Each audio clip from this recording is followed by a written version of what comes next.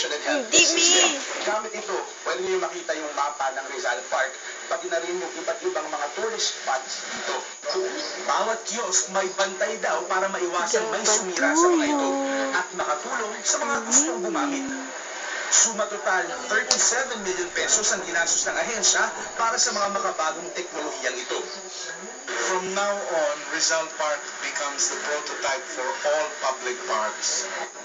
Para sa DOT, sulit daw ang kanilang ginastos para matiyak ang seguridad ng bawat bibisita sa Rizal Park. Chef Canoy, patron ng Pilipino. Porque 54 hectares.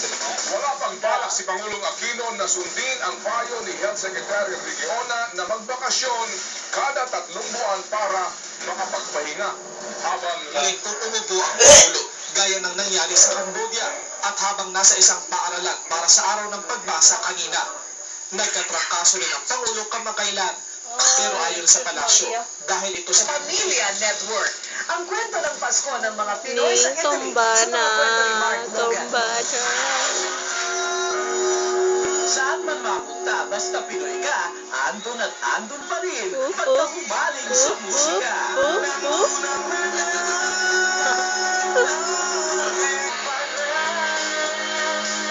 Bumabambu sa buong sanlibutan. At pumupyolo ang lolo mo.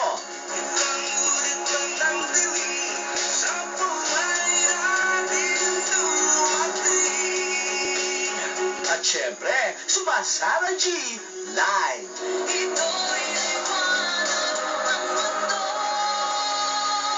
Sa MTV na ito, nalikha ng Mark Prince Photography ng Italy. Puso ko'y labis na nabagbag, pero ang mas labis na nakakabagabag. Ganito na pala ang spelling ng photography. Hindi man lang ako na-inform. Mark Logan, patrol ng Pilipino. May nangilay na siya. Bugtaw, bugtaw.